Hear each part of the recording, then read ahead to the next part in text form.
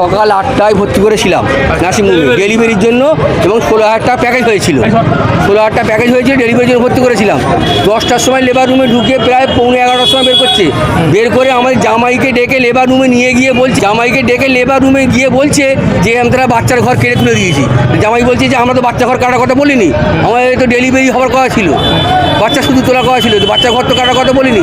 তো সেই পরিস্থিতিতে আমরা যখন বলছি এটা কেন করলেন, তখন পাত্রর ছেলে বলছে যে বাল ছিঁড়বি, মানে ডাক্তারের ছেলে বলছে বাল ছিঁড়বি, এইভাবে ভাষায়। তখন আমাদের ছেলেরা কিছু খেপে যায়, খেপে যাওয়ার পরেতে পুলিশ প্রশাসনকে নিয়ে এসে সে মানে সেভ করার চেষ্টা করতেছে। আমরা বলেছি যে আমরা কোনো আপোষে যাবো না, ডাক্তার এখনও পর্যন্ত পেশেন্টের রক্ত চলছে, পেশেন্টকে এখনও পর্যন্ত রক্ত দিতে পারেনি, আর প্রায় 4.5 ঘন্টা হয়ে গেল, রক্ত এখনও চলছে, এখনও পর্যন্ত রক্ত। হ্যাঁ, ও জানে না যে জামাই লেখাপড়া জানে না, জামাইকে ইচ্ছাকে দেওয়া সই করিয়ে নিয়েছে ওরা।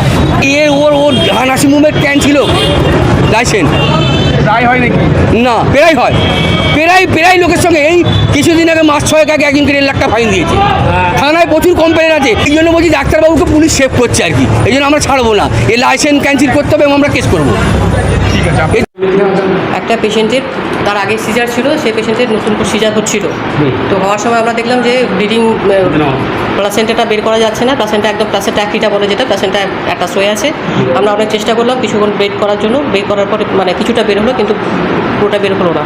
তারপর ওটাকে আমরা পেশেন্টকে স্টেবল করার জন্য, হিউজ ব্লিডিং হচ্ছে, পেশেন্টকে স্টেবল করার জন্য আমরা পার্টিকে সঙ্গে সঙ্গে ডেকে মুটির মতো দেখালাম যে পেশেন্টের তো ব্লিডিং হচ্ছে, তো এখন পেশেন্টকে সেভ করার জন্য প্লাসেন্টা ইউটেরাসকে বের করে দিতে হবে, মানে ইউটেরাসকে হিস্ট্রেক্টমি করে দিতে হবে যেটা বলে।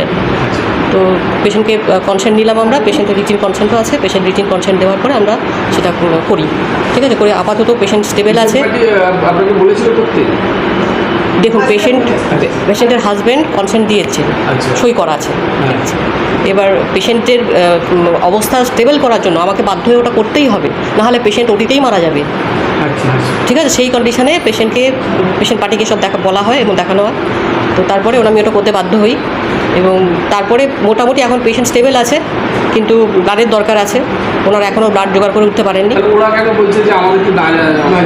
দেখুন, এটা তো আগে থেকে তো কোনো সিজার পেশেন্টে এটা আগে থেকে জানা যায় না যে হ্যাঁ তাকে করতেই হবে। এটা 1000-এ একটা পেশেন্টের হয়তো এরকম প্রবলেম হতে পারে, যেটা আমরা ওটির সময় ফেস করি। মানে ওটিতে আপনারা সিচুয়েশনে ওরা অভিযোগ করছে যে ওদের ফুল প্যাকেজ ছিল।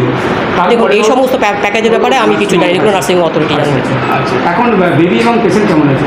বেবি স্টেবল আছে, মাদার এখনও পর্যন্ত স্টেবল আছে, কিন্তু ব্লাড ওনারা আনতে পারেননি। আমি তখনই কিন্তু ব্লাডের কথা বলেছি, ওনারা এখনও পর্যন্ত কিন্তু ব্লাডের কথা গুরুত্ব দিয়ে ভাবছেন না। কিন্তু ব্লাড যদি না নিয়ে আসে পেশেন্টের কন্ডিশন, হ্যাঁ কন্ডিশন সিচুয়েশন খারাপ হতেই পারে। কিন্তু নার্সিংহোম কর্তৃপক্ষ নার্সিংহোম কর্তৃপক্ষ সঙ্গে সঙ্গে কিন্তু ব্লাডের ব্যবস্থা করার জন্য ওনাদেরকে বারবার করে বলছেন। এবং ওরা না নিয়ে আসে, যদি ওরা যদি ব্লাড না দেয় তাহলে আপনারা কী করবেন? আপনাদের দায়িত্ব নেই?